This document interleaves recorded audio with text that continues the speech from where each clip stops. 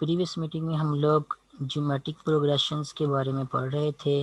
Geometric progression या geometric sequence क्या होती है उसको थोड़ा सा रिकॉल कर लेते हैं। ऐसी सीक्वेंस जिसमें हर टर्म जो है वो प्रीसीडिंग टर्म्स को किसी फिक्स नॉन जीरो नंबर से मल्टीप्लाई करने के बाद हासिल हो, ऐसे सीक्वेंस को जो है वो ज्योमेट्रिक सीक्वेंस कहते हैं। फॉर एग्जांपल अगर यहाँ पे मैं कोई एक सीक्वेंस लिखूँ एग्जांपल के तौर पर, जैसे 3 12 48 एंड सो ऑन। तो ये जो सीक्वेंस लिखी है, अगर आप सीक्वेंस में देखें तो 3 को अगर हम जो है वो 4 से मल्टीप्लाई करेंगे तो हमें आंसर क्या मिलेगा, 12। इसी तरह 12 को अगर हम 4 से मल्टीप्लाई करेंगे तो आंसर हमें क्या मिलेगा, 48। इसी तरह 48 को अगर हम 4 से मल्टीप्लाई करेंगे तो हमें नेक्स्ट जो नंबर मिलेगा वो होगा 192।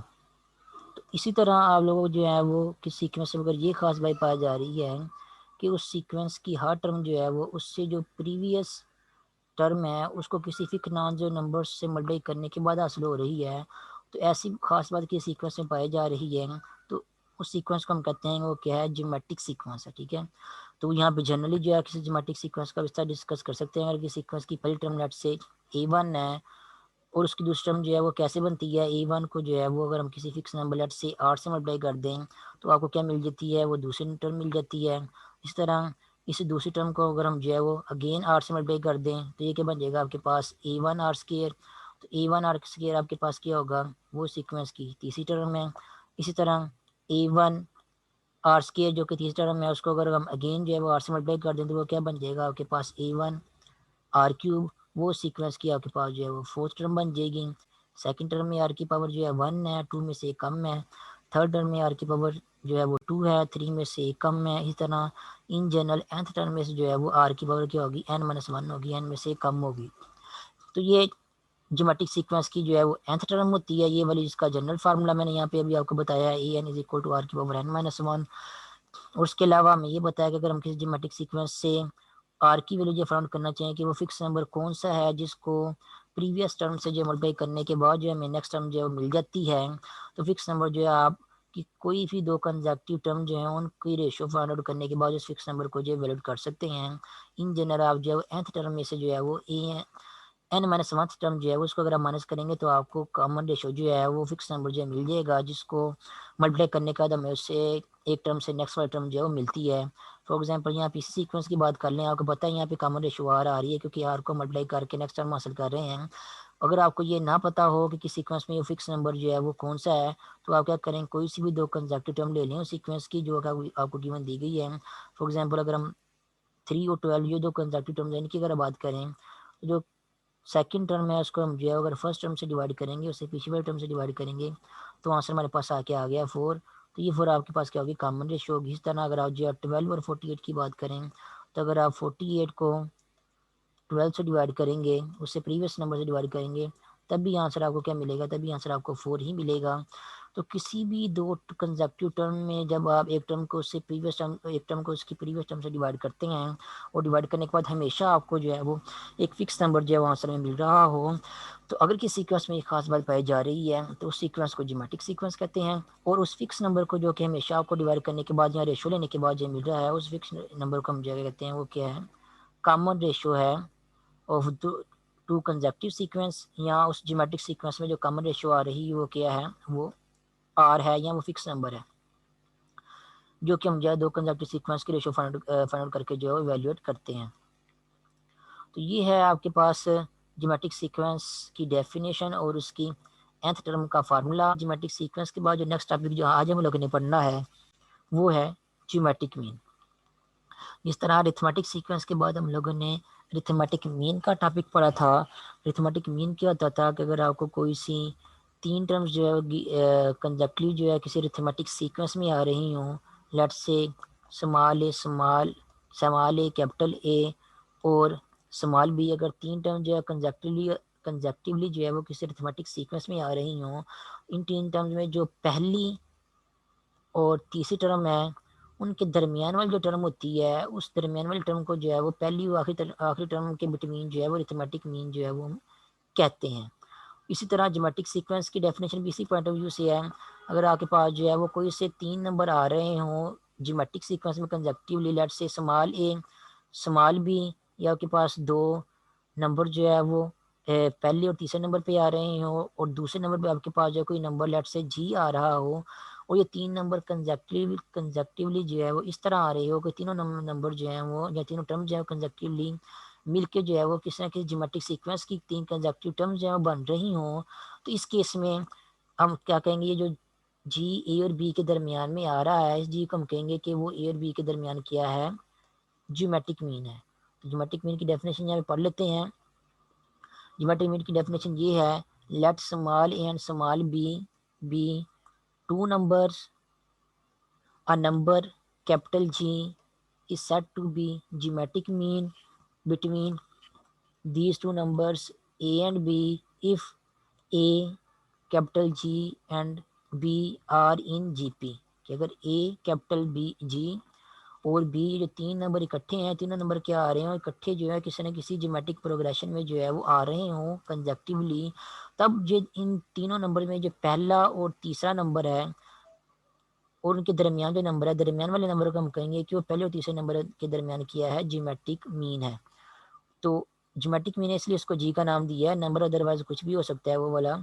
तो ज्योमेट्रिक मीन जो है 2 नंबर के दरमियान निकालने का फार्मूला भी है, जिस तरह अरिथमेटिक मीन निकालने का फार्मूला था। अरिथमेटिक मीन निकालने का फार्मूला ये था कि जिन 2 नंबर के दरमियान आप लोगों ने अरिथमेटिक मीन निकालना है, उन 2 नंबर्स को आपस में ऐड करके 2 से डिवाइड कर दें, तो इन 2 नंबर्स के दरमियान जो अरिथमेटिक मीन होगा आपको वो अरिथमेटिक मीन ए जो है उसकी वैल्यू मिल जाएगी। ज्योमेट्रिक मीन का फार्मूला है G is equal to plus minus square root A B. ठीक है, जिन 2 नंबर्स के दरमियान आप लोगों ने ज्योमेट्रिक मीन फाइंड करना है, उन 2 नंबर्स को आपस में मल्टीप्लाई करो और मल्टीप्लाई करने के बाद उनका जो है वो स्क्वायर रूट फाइंड आउट करो और साथ में स्क्वायर रूट के साथ प्लस माइनस का सिंबल लगा दो। तो प्लस और माइनस इन दोनों में से कोई भी एक जो है वो नंबर आप लोग जो है एक वक्त में जो है वो एज ए ज्योमेट्रिक मीन जो है वो यूज़ कर सकते हैं। जो भी आपको सीक्वेंस आपको जो है वो दी गई है या जिन भी 2 नंबर के दरमियान आप लोगों ने ज्योमेट्रिक मीन फाइंड आउट करना है, उन 2 नंबर को आपस में मल्टीप्लाई करें और उनको मल्टीप्लाई करने के बाद उनका स्क्वायर रूट लें। स्क्वायर रूट लेने के बाद साथ में जारी बात है प्लस माइनस का सिंबल आएगा। तो प्लस और माइनस दोनों में से किसी भी एक नंबर को एज ए ज्योमेट्रिक मीन जो है आप उन 2 नंबर्स के दरमियान जो यूज़ कर सकते हैं, जिन 2 नंबर्स के दरमियान आप लोगों ने ज्योमेट्रिक मीन जो है फाइंड आउट करना है। यहाँ पे मिस्टेक हुई है बुक में, यहाँ पे प्लस माइनस ए भी लिखा है, सिंपली प्लस माइनस ए भी नहीं आएगा, प्लस माइनस स्क्वायर रूट ए भी आएगा। तो प्लस माइनस स्क्वायर रूट ए भी जो है आपके पास ज्योमेट्रिक मीन का जो है वो फार्मूला है। अब हम ये नेक्स्ट एक एग्जाम्पल सॉल्व करते हैं जिनमें 2 नंबर्स के दरमियान ज्योमेट्रिक मीन जो है फाइंड आउट करना होगा हम लोगों ने। फॉर एग्जांपल आपको यहाँ पे अगर ये एग्जांपल दी गई है, ये ज्योमेट्रिक सीक्वेंस है आपके पास जिसकी मैंने लेक्चर के स्टार्ट में बात की थी। इस ज्योमेट्रिक सीक्वेंस को देखें तो हर 2 टर्म्स जो है कंजक्टिव जो टर्म्स हैं उनकी कॉमन रेशियो जो है वो सेम ही आ रही है। मीन्स कॉमन रेशियो आपके पास जो है वो 4 आ रही है। 12 को 3 से डिवाइड करेंगे 4 आएगा, 48 को 12 से डिवाइड करेंगे तभी 4 आएगा, 192 को 48 से डिवाइड करेंगे तभी 4 आएगा। तो कॉमन रेशियो आपके पास जो है 4 आ रही है हर 2 कंसेक्टिव टर्म्स की। इसका मतलब ये आपके पास सीक्वेंस लिखी हुई है, ये आपके पास एक ज्योमेट्रिक सीक्वेंस है।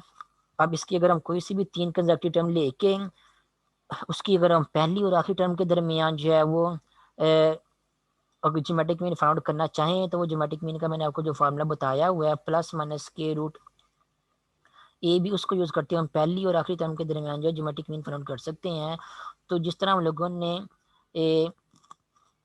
अरिथमेटिक मीन के केस में पहली और आखिरी टर्म के दरमियान एक और एक से ज़्यादा अरिथमेटिक मीन जो है फाइंड आउट किए थे, उसी तरह ज्योमेट्रिक मीन के केस में भी ऐसा ही है कि आप दो नंबर्स के दरमियान या 2 टर्म्स के दरमियान जो है वो एक या एक से ज़्यादा ज्योमेट्रिक मीन जो है फाइंड आउट कर सकते हैं। अगर एक ही ज्योमेट्रिक मीन फाइंड आउट करना हो तो आप इस फार्मूले का यूज़ करते हुए ज्योमेट्रिक मीन एक वैल्यू कर सकते हैं। अगर एक से ज़्यादा ज्योमेट्रिक मीन फाइंड आउट करने हो आप लोगों ने 2 टर्म्स के दरमियान या कह लें ए और बी के दरमियान, फिर आप लोगों को जो है कुछ एक्स्ट्रा कैलकुलेशन जो है वो करनी पड़ती हैं। इस तरह के क्वेश्चन हम लोगों ने अरिथमेटिक मीन के केस में भी किए थे कि जब 2 टर्म्स के दरमियान एक ही अरिथमेटिक मीन फाइंड करना हो, तब हम जो है वो अरिथमेटिक मीन का फार्मूला ए प्लस बी ओवर 2 वो लगा के एक अरिथमेटिक मीन जो है वो 2 टर्म्स के दरमियान फाइंड कर लेते थे। लेकिन अगर हम 2 टर्म्स के दरमियान हमने ज़्यादा अरिथमेटिक मीन फाइंड करने हों तो उसके कि उस केस में हम लोग को जो है कुछ मजीद जो है कैलकुलेशन जो है करनी पड़ती थी एक से ज़्यादा जो है अरिथमेटिक मीन फाइंड आउट करने के लिए।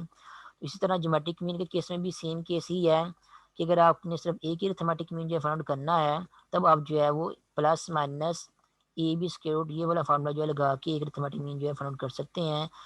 तो पहले हम ये वाली एग्जांपल करते हैं कि अगर आपको दो टर्म्स के दरमियान दो ज्योमेट्रिक सीक्वेंस की टर्म्स के दरमियान एक अरिथमेटिक मीन फाइंड आउट करना हो तो वो कैसे फाइंड आउट करेंगे इस फार्मूले को यूज़ करते हुए। तो लेट्स से अगर आपके पास जो ज्योमेट्रिक सीक्वेंस लिखी हुई है 3 12 48 एंड सो ऑन, इस ज्योमेट्रिक सीक्वेंस की अगर हम जो है वो पहली तीन जो है वो टर्म जो है कंसिडर कर लें तो यहाँ पे आप देख सकते हैं जो 12 जो है वो 3 और 48 के दरमियान जो है क्या आ रहा है ज्योमेट्रिक मीन आ रहा है क्योंकि ये ज्योमेट्रिक सीक्वेंस है। तो 12 जो है वो 3 और 48 के दरमियान जो है ज्योमेट्रिक मीन आ रहा है। अब फर्ज करें अगर आपको जो है वो दरमियान में ये वाला 12 जो है गिवन नहीं दिया गया, जैसे ही कहा गया है कि एक ज्योमेट्रिक सीक्वेंस है उसमें 3 और 48 के दरमियान जो है ज्योमेट्रिक मीन जो है फाइंड आउट करें। तो आप लोग जो ज्योमेट्रिक मीन अगर आपने फाइंड आउट करना हो तो आप क्या करेंगे, आप इस फार्मूले को यूज़ करेंगे ताकि आपको 3 और 48 के दरमियान ज्योमेट्रिक मीन जो है वो मिल जाए। 3 यहाँ पे आपके पास को हम ए कंसिडर करेंगे और जो 48 है उसको बी कंसिडर करेंगे। उसके बाद ज्योमेट्रिक मीन का फार्मूला लगाएंगे और उसको यूज़ करते हम देखते हैं कि हमें ज्योमेट्रिक मीन का आंसर जो है वो क्या मिलता है। तो ज्योमेट्रिक मीन का फार्मूला है plus minus square root A B. A हमारे पास क्या है 3 है और 48 हमारे पास बी हमारे पास क्या है वो 48 है। नेक्स्ट हम लोगों ने क्या करना है, 48 को जो है वो 3 से मल्टीप्लाई करने के बाद इसका स्क्वायर रूट लेना है। तो 48 को जब 3 से मल्टीप्लाई करेंगे तो आंसर हमारे पास आ जाएगा plus minus square root of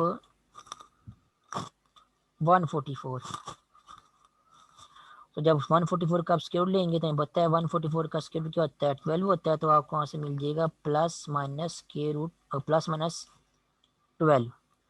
तो आपको यहाँ पे ज्योमेट्रिक मीन मिल गया +12 जो है वो आपके पास जो एक्चुअल ज्योमेट्रिक मीन है जो कि आप लोगों ने फाइंड आउट करना था, जो कि हमने यहाँ पे पहले से लिखा था जिसको कट आउट किया यहाँ पे। तो यहाँ पे आपको जो है ज्योमेट्रिक मीन की वैल्यू जो है वो मिल जाएगी। दोनों में से एक ही वैल्यू जो है वो एज ए ज्योमेट्रिक मीन जो है आप यूज़ कर सकते हैं। तो जो भी सूटेबल वैल्यू होगी आपको यहाँ से मिल जाएगी प्लस माइनस से। तो प्लस जो है 12 था हमारा ज्योमेट्रिक मीन था, 3 और 48 के दरमियान वो आपको जो है यहाँ पे मिल गया है। इसी तरह अगर आप जो है वो 12 48 और 192 की बात करें, अगर इन तीन कंसेक्यूटिव टर्म की बात करें ज्योमेट्रिक सीक्वेंस की, तो इनके दरमियान भी आप जो है ज्योमेट्रिक मीन जो 48 है वो फाइंड आउट कर सकते हैं।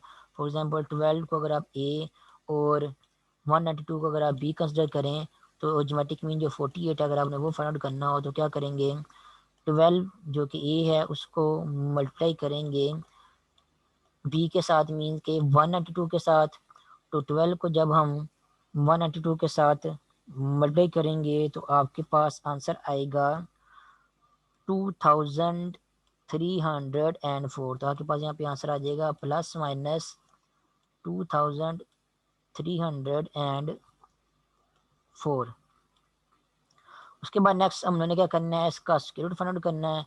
तो जब आप 2304 का स्क्वायर रूट फाइंड आउट करेंगे तो आपको स्क्वायर रूट जो का आंसर जो है वो 48 मिल जाएगा। इसका मतलब ये है कि प्लस माइनस 48 मिलेगा अकॉर्डिंग टू द फार्मूला, ठीक है। लेकिन क्योंकि हमें हमारी जो ज्योमेट्रिक मीन हमें एक ही यूज़ करनी है, हमें ये +48 है, जो हम इसको हम जो है एज ए ज्योमेट्रिक मीन जो है यहाँ पे हम जो है कंसिडर कर सकते हैं क्योंकि हमारा ज्योमेट्रिक मीन जो है वो 48 ही आ रहा है। यहाँ पे आप अपनी सीक्वेंस को देख सकते हैं। तो दोनों में एक ही ज्योमेट्रिक मीन जो है एज ए यूज़ होता है आपकी एक्चुअल ज्योमेट्रिक सीक्वेंस का। तो वो जो भी होगा आपके पास अगर सीक्वेंस ज्योमेट्रिक सीक्वेंस लिखी हो तो आपको पता चल जाएगा। अदरवाइज जो आपने आंसर में जो है वो फिर प्लस माइनस 48 लिखना है क्योंकि स्क्रिप्ट हम ले रहे हैं। तो स्क्रिप्ट लेने के बाद हमें कुछ कंफर्म नहीं कह सकते आंसर हमारे पास जो है 14 प्लस वाला सही है या माइनस वाला सही है। तो अगर तो आपके पास ज्योमेट्रिक सीक्वेंस पहले से लिखी हुई है या अगर आपको कॉम्बिनेशन का पता है तो आप एक ही नंबर बता सकते हैं कि कौन सा इनमें से एक्चुअल नंबर जो है वो हमारा ज्योमेट्रिक सीक्वेंस के आंसर में आएगा ज्योमेट्रिक मीन के तौर पर। अदरवाइज जो आप लोगों ने दोनों ही है प्लस माइनस जो इस टाइम लिख के जो अपने क्वेश्चन को जो है कम्प्लीट कर लेना है। तो ये था दो नंबर के दरमियान ज्योमेट्रिक सीक्वेंस की कोई सी भी दो टर्म्स के दरमियान अगर आप लोगों ने एक ज्योमेट्रिक मीन जो है फाइंड आउट करना हो तो वो फाइंड आउट करना का वे। इस तरह आप लोग जो है वो किसी ज्योमेट्रिक सीक्वेंस के दरमियान एक से ज़्यादा ज्योमेट्रिक मीन भी फाइंड आउट कर सकते हैं। फॉर एग्जांपल यहाँ पे एग्जांपल नंबर 5 जो है वो सॉल्व की हुई है, इसमें क्या कहा हुआ है, insert two real geometric means between 1 and 8। तो 1 और 8 के दरमियान आप लोगों ने दो ज्योमेट्रिक मीन जो है इंसर्ट करने हैं। इंसर्ट करने का मतलब ये है कि 1 और 8 के दरमियान आप लोगों ने जो है वो दो ज्योमेट्रिक मीन जो है वो फाइंड आउट करने हैं, ठीक है। 1 और 8 के दरमियान दो नंबर आप लोगों ने फाइंड आउट करने हैं कि ओवरऑल जो है 1 और वो दो नंबर और 8 जो है मिलके क्या बनाए, ज्योमेट्रिक सीक्वेंस बनाए। तो 1 और 8 के दरमियान हम लोगों ने दो ज्योमेट्रिक मीन जो है फाइंड आउट करने हैं। और दो ज्योमेट्रिक मीन फाइंड आउट करने के लिए आपको कुछ है वो मजीद कैलकुलेशन जो है करनी पड़ेगी। दो ज्योमेट्रिक मीन निकालने का कोई डायरेक्ट फार्मूला नहीं है, सिर्फ एक ही ज्योमेट्रिक मीन निकालने का फार्मूला है। तब जो है इस जो है कंडीशन को यूज करते हुए जो है हम नेक्स्ट जो है वो दो ज्योमेट्रिक मीन जो G1 और G2 हैं 1 और 8 के दरमियान, हम इनको जो है फाइंड आउट करेंगे। तो अगर आप देखिए कि ये टर्म्स अगर आपकी चारों जो है क्या आ रही हैं, कंजक्टिवली आ रही हैं, क्योंकि जब भी दो नंबर्स के दरमियान ज्योमेट्रिक मीन की बात करते हैं, तो जब वो नंबर्स दरमियान में या ज्योमेट्रिक मीन आप दरमियान में रखते हैं, तो दरमियान रखने के बाद वो जो सारी की सारी टर्म्स बनती हैं वो कंजक्टिव टर्म्स जो है बन जाती हैं। तो अगर हम उनको एज ए कंजक्टिव टर्म देखें, तो वन आपके पास जो है सीक्वेंस की फर्स्ट टर्म आ रही है, तो इसको हम जो है A1 का नाम दे देंगे। ये जो कैपिटल G1 है, ये सीक्वेंस की आपके पास जो है सेकंड टर्म आ रही है, इसको हम A2 का नाम दे देंगे, या A2 भी कह सकते हैं हम। उसके अलावा जो कैपिटल G2 है सीक्वेंस की थर्ड टर्म है, इसको हम जो है A3 भी कह सकते हैं। उसके अलावा जो 8 है, ये इस सीक्वेंस की फोर्थ टर्म है। तो ओवरऑल ज्योमेट्रिक सीक्वेंस की चार टर्म्स आपको यहाँ पे गिवन दी गई हैं। ये पहली और लास्ट वाली टर्म जो कि फोर्थ टर्म है वो 1 और 8 है। दरमियान वाली दो टर्म जो आप लोगों ने यहाँ फाइंड आउट करनी है। मीन्स के इस ज्योमेट्रिक सीक्वेंस के आप लोगों ने सेकंड टर्म और थर्ड टर्म जो है फाइंड आउट करनी है। तो जो गिवन डाटा यहाँ पे आपको दिया गया उसको यूज करते हैं। यहाँ पे फर्स्ट टर्म आपके पास क्या है, 1 है। nth टर्म या फोर्थ टर्म जो है आपके पास क्या है, वो 8 है, ठीक है। an इज इक्वल टू 8 और n इज इक्वल टू 4 है। या सिंपली आप ये भी कह सकते हैं कि फोर्थ टर्म हमारे पास वो क्या है, वो 8 है। तो अगर फोर्थ टर्म हमारे पास 8 है, तो अगर आप जनरल टर्म के फार्मूले को यूज़ करें, तो ज्योमेट्रिक सीक्वेंस की जो जनरल टर्म का फार्मूला होता है ये वाला, इसको अगर हम यूज़ करें तो an is equal to A1 r की पावर n-1। तो इसी तरह फिर A4 किसके इक्वल होगा, A4 इज इक्वल टू होगा A1 इंटू आर की पावर 4-1, वो क्या होता है 3। तो यहाँ पे A4 की जगह आ जाएगा A1 r की पावर 3 इज इक्वल टू 8, ठीक है। अब A1 की वैल्यू क्या है, A1 की वैल्यू हमारे पास जो है वो यहाँ पे देखें तो 1 है। तो A1 की वैल्यू यहाँ पे अगर हम 1 यूज़ कर दें तो ये बन जाएगा 1 इंटू आर की power 3 is equal to 8। R की पावर 3 इज इक्वल टू 8 आपको यहाँ पे मिल जाएगा। यहाँ पे भी आर की पावर 3 इज इक्वल टू 8 लिखा हुआ है। तो आर की पावर 3 जब इज इक्वल टू 8 आपके पास बन जाएगा, नेक्स्ट टाइम इसको लिख सकते हैं आर की पावर 3 इज इक्वल टू 8। तो हमने फाइंड आउट करनी है वैल्यू आर की, क्योंकि अगर हमें आर की वैल्यू पता चल गई तो आर की वैल्यू से हम जाकर कर सकते हैं जियोमेट्रिक सीक्वेंस से किसी भी एक टर्म से आगे वाले टर्म जो है फाइंड आउट कर सकते हैं। मीन अगर 1 है तो 1 के आगे वाले टर्म, ये जो 1 है 1 से आगे वाला टर्म G1 है, कैपिटल G1, उसको भी फाइंड आउट कर सकते हैं। कैपिटल G1 का आंसर अगर हमें मिल गया, फिर अगेन आर को यूज़ करते हुए कैपिटल G2 जो उससे आगे वाले ज्योमेट्रिक सीक्वेंस की टर्म है उसको भी फाइंड आउट कर सकते हैं। तो यहाँ से हम लोगों ने आर की वैल्यू फाइंड आउट करनी है। R cube is equal to 8 है। अगर हमें आर की वैल्यू फाइंड आउट करनी है तो हम क्या करते हैं, या इसको लिख सकते हैं r cube is equal to 2 की पावर 3, क्योंकि 8 2 की पावर 3 8 की इक्वल होता है। तो राइट हैंड साइड में जो 8 लिखा हुआ है उसको हम लिख सकते हैं 2 की पावर 3। अब देखिए आपके पास इक्वेशन बन गई है r power 3 is equal to 2 power 3। तो दो नंबर्स की सेम पावर लेने से आंसर आपस में इक्वल आ रहा है। इसका मतलब ये है कि वो जो दो नंबर्स हैं वो दो नंबर्स भी क्या होंगे, आपस में इक्वल होंगे। मीन्स r और 2 क्या होगा, ये भी आपस में इक्वल होगा। तो यहाँ से हम लिख सकते हैं r जो है किसके इक्वल आ रहा है, r हमारे पास आ रहा है 2 के इक्वल।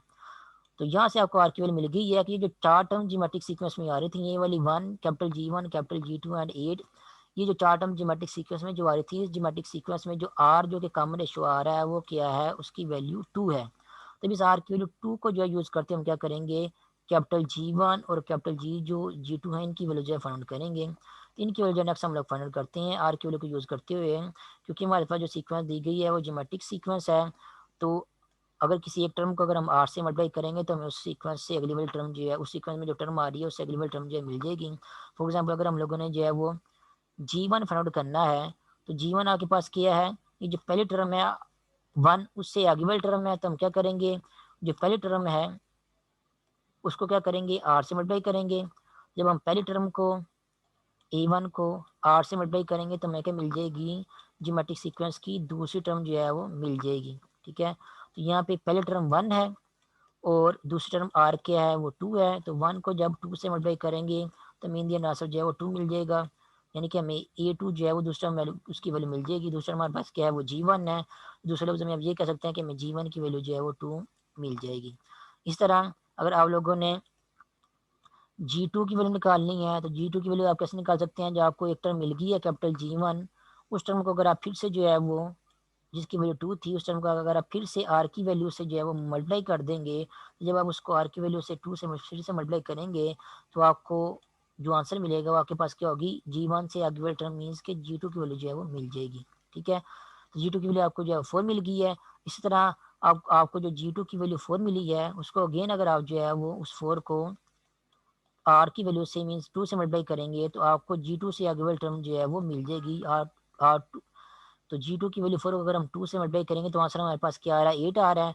8 हमारे पास क्या आ जाएगा, G2 से जो आगे वाली टर्म है वो मिल जाएगी। तो ये देखिए G2 से आगे वाली टर्म 8 हमें जो मिल जाएगी, जो कि हमें ढूंढने की जरूरत नहीं थी, लेकिन हम लोगों ने फिर भी ढूंढ के देख लिया तो हमें वही टर्म मिली है जो कि G2 से आगे वाली टर्म ही है। इसका मतलब हमारे आंसर जो है वो सही आए हैं। E1 की वैल्यू फर्स्ट टर्म की आंसर जो है वो 1 था। जो सेकंड टर्म G1 थी कैपिटल G1 जो कि पहला अरिथमेटिक मीन था उसकी वैल्यू हमें 2 मिली है। और जो दूसरा ज्योमेट्रिक मीन था जो कि तीसरी टर्म बन रही थी उसकी वैल्यू हमें 4 मिली है।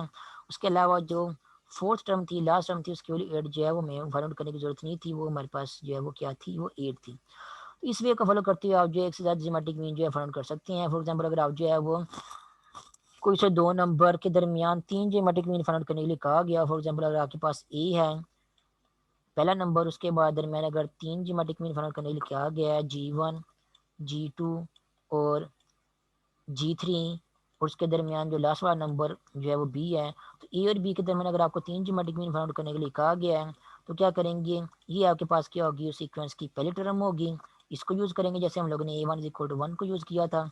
ये जो है हमारे सीक्वेंस की जो है वो पहली दूसरी तीसरी चौथी, और बी जो है सीक्वेंस की पांचवी टर्म होगी, जैसे हम लोगों ने यहाँ पे जो है वो A4 = 8 को यूज़ किया था।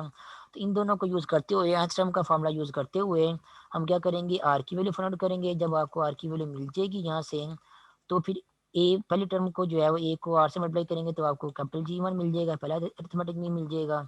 और उसी तरह जब इस G1 मिल जाएगा तो G1 को अगेन जब आर से मल्टीप्लाई करेंगे तो आपको कैपिटल G2 दूसरा ज्योमेट्रिक मीन मिल जाएगा। और जब दूसरे ज्योमेट्रिक मीन को यानी कि G2 को आप जो अगेन आर से मल्टीप्लाई करेंगे तो आपको तीसरा ज्योमेट्रिक मिल जाएगा। तो इस तरह इन जनरल दो नंबर के दरमियान अगर आपके पास जो है वो एन ज्योमेट्रिक मीन जो है वो आ रही हो G1 G2 and so on Gn, तो आप जो है वो आर की वैल्यू फाइंड आउट करने के बाद n number of geometric mean को भी जो भी है फाइंड आउट कर सकते हैं। उसके बाद नेक्स्ट एक्सरसाइज के क्वेश्चन, एक्सरसाइज है 7.3 ज्योमेट्रिक मीन से रिलेटेड इसमें क्वेश्चन गिवन दिए गए हैं और आप लोगों ने जो है इन क्वेश्चन को सॉल्व करना है। सबसे पहला क्वेश्चन ये है, find 10th term of geometric progression. ये क्वेश्चन आई थिंक मैंने आप लोगों को करने के लिए दिए थे लास्ट लेक्चर में। क्वेश्चन नंबर 1 2 3 और 4, ये पहले 4 क्वेश्चन मैंने आप लोगों को लास्ट लेक्चर में करने के लिए दिए थे। उसके बाद नेक्स्ट हम लोगों ने करना है question number 4, find the geometric mean between 4 and 6। तो 4 और 6 के दरमियान अगर आप लोगों ने ज्योमेट्रिक मीन फाइंड करना है, ज्योमेट्रिक मीन एक ही ज्योमेट्रिक मीन फाइंड करना है, आप क्या करें, 4 को जो है वो 6 से मल्टीप्लाई करें। उसके बाद स्क्वायर लेने के बाद साथ में प्लस माइनस का सिंबल लगा देंगे। आपके पास जो है वो दो नंबर के दरमियान ज्योमेट्रिक मीन निकालने का फार्मूला है। तो ये क्या बन जाएगा आपके पास, plus minus square root of 24। तो ये क्या पास आ जाएगा, दो नंबर के दरमियान जो ज्योमेट्रिक मीन का आंसर जो है वो आपको मिल जाएगा। उसके बाद नेक्स्ट जो है वो क्वेश्चन है क्वेश्चन नंबर 6। क्वेश्चन नंबर 6 में क्या करना है, again geometric mean he find out करना है। दो नंबर के दरमियान दो दो नंबर आपको क्वेश्चन में गिवन दिए गए हैं, 2 आयोटा -4 आयोटा -4 और -16। तो ज्योमेट्रिक मीन का जो है फार्मूला यूज करते हुए प्लस माइनस स्क्वायर रूट ए बी आपके पास दो नंबर आपको गिवन अगर दिए गए हैं तो दो नंबर ए और बी के दरमियान आप ज्योमेट्रिक मीन जो है फाइंड आउट कर सकते हैं। तो ये वाला फार्मूला यूज करके आप इन क्वेश्चन नंबर 6 को भी सॉल्व कर सकते हैं। उसके बाद नेक्स्ट बारी है क्वेश्चन नंबर 7 की। क्वेश्चन नंबर 7 में ये है, find 4 real geometric means between 3 and 96। तो 3 और 96 के दरमियान आप लोगों ने जो है वो चार ज्योमेट्रिक मीन जो है फाइंड करनी है। तो आप क्या करेंगे, सबसे पहले आप 3 लिखेंगे, उसके बाद चार ज्योमेट्रिक मीन लिखेंगे, G1 G2 G3 और G4 ये आपके बन गए 4 जियोमेट्रिक मीन्स, और एंड पे किया है 96, तो ये आपके पास बन गया है 3 और 96 के दरमियान 4 जियोमेट्रिक मीन। टोटल कितनी टर्म बन रही है आपके पास, 1 2 3 4 5 6 टर्म बन रही है। इसका मतलब 3 है आपके पास, A1 आपके पास जो है वो 3 है, और जो 96 है, 96 आपके पास जो है वो 6 टर्म है। तो 6 टर्म के ऊपर जा क्या करेंगे आप, एन टर्म वाला फार्मूला यूज़ करेंगे, A1 इंटू आर की पावर 5। तो A1 इंटू आर की पावर 5 जो है वो आपके पास क्या बन जाएगा, वो 96 के इक्वल बन जाएगा। तो यहाँ पे अब जो A1 आ रहा है, A1 की वैल्यू आपको यहाँ पता है 3 के इक्वल है, A1 की वैल्यू 3 आप जो है यहाँ पे यूज़ करेंगे। तो 3 को फिर दूसरी साइड पे जाके कर देंगे, डिवाइड कर देंगे। फिर आर की power 5 is equal to something, जो भी आंसर आएगा उसमें से आप लोगों ने आर की वैल्यू जो है फाइंड आउट करनी है। जब आर की वैल्यू आपको मिल जाएगी तो उस आर की वैल्यू को यूज़ करते हम क्या कर सकते हैं, G1 G2 G3 and G4 इन सब अननोन्स की जो है वैल्यूज़ फाइंड आउट कर सकते हैं। बिल्कुल वैसे ही जैसे हम लोगों ने जो है वो इस एग्जाम्पल नंबर 5 में आर की वैल्यू फाइंड आउट करने के बाद जियोमेट्रिक मीन की वैल्यू जो है फाइंड आउट की थी। तो क्वेश्चन नंबर 7 एग्जाम्पल की तरह आप लोगों ने खुद करना है। क्वेश्चन नंबर 8 भी बिल्कुल उसी तरह है। क्वेश्चन नंबर 9 जो है वो क्या है, the arithmetic means of two numbers is 10 and geometric mean is 8, find the numbers. अब क्वेश्चन नंबर 9 में क्या कर रहा है कि दो नंबर के दरमियान जो है वो जियोमेट्रिक मीन जो है वो क्या 10 है। फॉर एग्जाम्पल दो नंबर आपके पास ए और बी हैं, उन दो नंबर के दरमियान जो जियोमेट्रिक मीन है वो क्या है, 10 है। और इन्हीं दो नंबर्स के दरमियान जो है वो लेट्स से ये दो नंबर के हैं ए और बी, इन्हीं दो नंबर के दरमियान अगर आप ज्योमेट्रिक मीन ढूंढे तो वो क्या आपके पास 8 आ रहा है। तो अब जो है वो नंबर बताएं, वो नंबर कौन से हैं जिनके दरमियान अरिथमेटिक मीन जो है वो 10 आता है और ज्योमेट्रिक मीन जो है वो 8 आता है। तो इसको जो फिर सॉल्व करने का कैसे करना है, ये फिर हम लोग जो नेक्स्ट मीटिंग में करेंगे, क्योंकि आज की मीटिंग के लिए इतना टाइम नहीं बच गया कि हम इसको जो है सॉल्व कर सकें। तो आप लोगों ने आज जो क्वेश्चन करने हैं वो ये है ज्योमेट्रिक मीन से रिलेटेड क्वेश्चन नंबर 5, जो कि मैंने करवा दिया आप लोगों को। उसके बाद नेक्स्ट है क्वेश्चन नंबर 6 7 और 8, ये तीन क्वेश्चन आप लोगों ने ज्योमेट्रिक मीन से आप लोगों से रिलेटेड जो आप लोगों ने करने हैं। तो आज की मीटिंग में से किसी ने अगर कोई क्वेश्चन पूछना है तो वो पूछ सकता है। सर ये जो क्वेश्चन नंबर 6 है, सर इसमें आयोटा की वैल्यू भी पुट करनी है, ये जो पार्ट 1 नहीं, है इसका। अयोटा की वैल्यू पुट करने की जरूरत ही नहीं पड़ती। अयोटा हमें पता है, अयोटा को जब अयोटा से मल्टीप्लाई करेंगे तो आंसर हमारे पास क्या आता है, अयोटा का स्केयर। अयोटा का स्केयर किस स्केयर को इक्वल होता है, अयोटा का स्केयर -1 की इक्वल होता है। तो अयोटा खत्म हो जाएगा आपके पास। जब 2 अयोटा को 4 अयोटा से मल्टीप्लाई करेंगे तो अयोटा तो अयोटा के साथ मल्टीप्लाई होगा ना, 2 4 के साथ मल्टीप्लाई होगा, और अयोटा अयोटा के साथ मल्टीप्लाई होगा। तो जब अयोटा अयोटा के साथ मल्टीप्लाई होगा तो वो बन जाता है अयोटा का स्केयर। अयोटा का स्केयर जो है -1 की इक्वल होता है, तो अयोटा आपका खत्म हो जाएगा, वैल्यू पुट करने की जरूरत ही नहीं पड़ेगी आपको। अयोटा की वैल्यू होती है स्क्वायर रूट ऑफ -1, वो पुट करने की जरूरत ही नहीं पड़ेगी आपको। दो अयोटा आपस में मल्टीप्लाई हो रहे हैं, जब दो अयोटा आपस में मल्टीप्लाई होते हैं तो आंसर बन जाता है अयोटा स्केयर। और अयोटा का स्केयर किसके इक्वल होता है, वो -1 के इक्वल होता है। यहाँ पे भी अगर आप स्केयर लोगे दोनों साइड पे, अयोटा का स्केयर और स्क्वायर रूट -1 का स्केयर, तो ये स्केयर जो है स्केयर रूट से कैंसिल हो जाएगा, आंसर आपके पास आ जाएगा -1। तो अयोटा का स्केयर होता है -1 के इक्वल। तो वो आपको फिर जो है वो डायरेक्टली जो है अयोटा स्केयर की जगह -1 पुट कर सकते हैं, अयोटा आपके क्वेश्चन के सोल्यूशन में जो है वो खत्म हो जाएगा फिर। ठीक है, उसके बाद फिर आप अच्छा स्केयर रूट निकाल सकते हैं। ठीक है, फिर टाइम खत्म हो गया, बाकी नेक्स्ट लेक्चर में करेंगे फिर।